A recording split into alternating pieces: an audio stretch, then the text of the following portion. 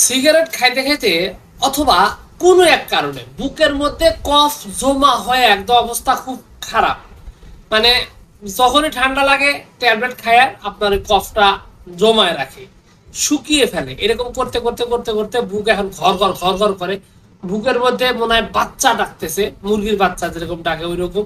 তারপরে এই কফগুলা পাকানোর খুব চেষ্টা করছে, তাও কাজ হচ্ছে না। এইরকম সমস্যা যদি আপনার থাকে তাহলে হোমিওপ্যাথিতে কিছু ঔষধ আছে, যে ওষুধগুলো আপনার এই সমস্যাগুলো খুবই দ্রুত একদম ক্লিয়ারলি বুক থেকে মানে পেকে বের করে পরিষ্কার করতে বিশেষভাবে কার্যকরী। এরকম কিছু ঔষধের ব্যাপারে কথা বলবো। তবে অবশ্যই এই ওষুধগুলো আপনার সিম্পল অবস্থার জন্য কাজ করবে, কারণ হলো যে এটা যদি বেশি পুরাতন হয় সেক্ষেত্রে অবশ্যই পরামর্শ নিতে হবে, এবং রোগের অবস্থা, রোগীর বয়স, শ্বাসকষ্টের অবস্থা সেইগুলোর উপর নির্ভর করে তারপরে আপনার হয়তো ওইটা ভালোভাবে চিকিৎসা দিলে ক্লিয়ার হবে। তবে নতুন রোগের ক্ষেত্রে বা অল্প কিছুদিনের সমস্যা হলে আমি 2-3টা ওষুধের কথা বলবো, যে ওষুধগুলো আপনার এই বুকের ভিতরে জমা কফগুলো হোমিওপ্যাথিক ওষুধের মাধ্যমে একদম পাকিয়ে, একদম গলে, পরিষ্কার করে একদম মানে বলা চলে যে পুরোপুরি ভাবে সুস্থ করতে সক্ষম, এরকমই কিছু ওষুধের ব্যাপারে কথা বলছি। তো যাই হোক, এই বুকের কফ যদি জমা থাকে, হোমিওপ্যাথিক ওষুধ যার নাম সবার আগে সর্বপ্রথম আসবে তার নাম হলো হিপারসালফ।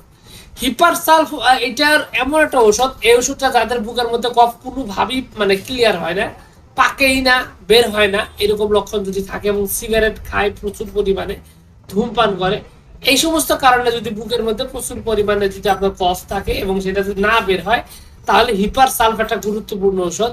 এটা ঘন ঘন কয়েক মাত্রা সেবন করলে নতুন রোগের ক্ষেত্রে খুব দ্রুত বেরিয়ে আসে, এবং কফ একদম মানে পড়তে পড়তে একটা পর্যায়ে বুক মানে পুরা পরিষ্কার হয়ে যায়, তার মধ্যে আর কফ থাকে না, এবং এটা পরিপূর্ণভাবে সুস্থতা যেটা রাখার তার সব ক্ষমতা এই ওষুধটির মধ্যে আছে।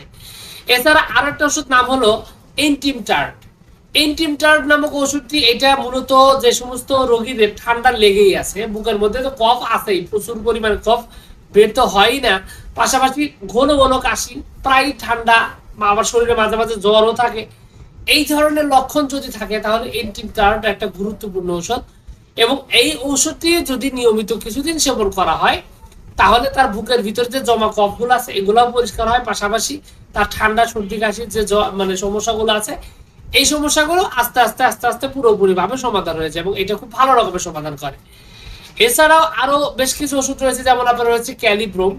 এই ওষুধটাও বুকের মধ্যে যদি ক্যালিবাইক্রোম, এই ওষুধটি যদি নিয়মিত কিছুদিন সেবন করা হয় তাহলে মানে এই যে কফের সমস্যা রয়েছে, যে কফগুলো বের হয় না, কাশলে বের মানে সুতার মতন লম্বা হয়ে যায়, তা কফ মানে ক্লিয়ার হয় না, এরকম লক্ষণ যদি থাকে তাহলে এই ওষুধটি কিন্তু একটা গুরুত্বপূর্ণ ওষুধ, খুবই ভালোভাবে কাজ করে। এবং আরো বেশ কিছু ওষুধ রয়েছে, তবে সেগুলো নির্ভর করবে রোগীর উপর। আপনার যদি সমস্যাটা নতুন হয়, অল্প কয়েকদিনের হয়, তাহলে আপনি এন্টিমটার্ট এবং হিপারসালফ এই দুটো ওষুধ ক্রমান্বয়ে কিছুদিন সেবন করলেই দেখবেন যে বুকের ভিতরে যে জমা কফগুলো আছে এই কফগুলো পাকতে শুরু করছে এবং পড়তে শুরু করছে নতুন রোগের ক্ষেত্রে। আর যদি পুরাতন হয়, দীর্ঘদিনের হয় এবং রোগীর বয়সও বেশি হয়, আবার শ্বাসকষ্ট হয়ে গেছে, এই কফ থাকতে থাকতে থাকতে থাকতে এবং শ্বাসকষ্ট হয়ে গেছে, এই লক্ষণগুলো যদি থাকে তাহলে আপনাকে একজন অভিজ্ঞ হোমিওপ্যাথিক ডাক্তারের সাথে যোগাযোগ করতে হবে। আপনার রোগের ব্যাপারে ডিটেলস বিস্তারিত বর্ণনা দিয়ে তারপরে রোগীর অবস্থা, রোগের বয়স সবকিছুর উপর নির্ভর করে সঠিক মাত্রায় যদি আপনি ওষুধটি সেবন করেন তাহলে আপনার এই সমস্যা থেকে পুরোপুরিভাবে সমাধান হয়ে যাবেন। অন্যথায় এই কফ জমা থেকে একটা পর্যায়ে শ্বাসকষ্ট, হাঁপানি এবং ফুসফুসের নানাবিধ সমস্যা, ফুসফুসে ইনফেকশন থেকে শুরু করে নানাবিধ সমস্যা কিন্তু হতে পারে। তো যাই হোক, সেখান থেকে মুক্তি পাওয়ার সবচাইতে সহজ পদ্ধতি কিন্তু দ্রুত চিকিৎসা নিয়ে সুস্থ হওয়া। তো যাই হোক, সবকিছু মিলে এটুকু ছিল আজকের ভিডিও।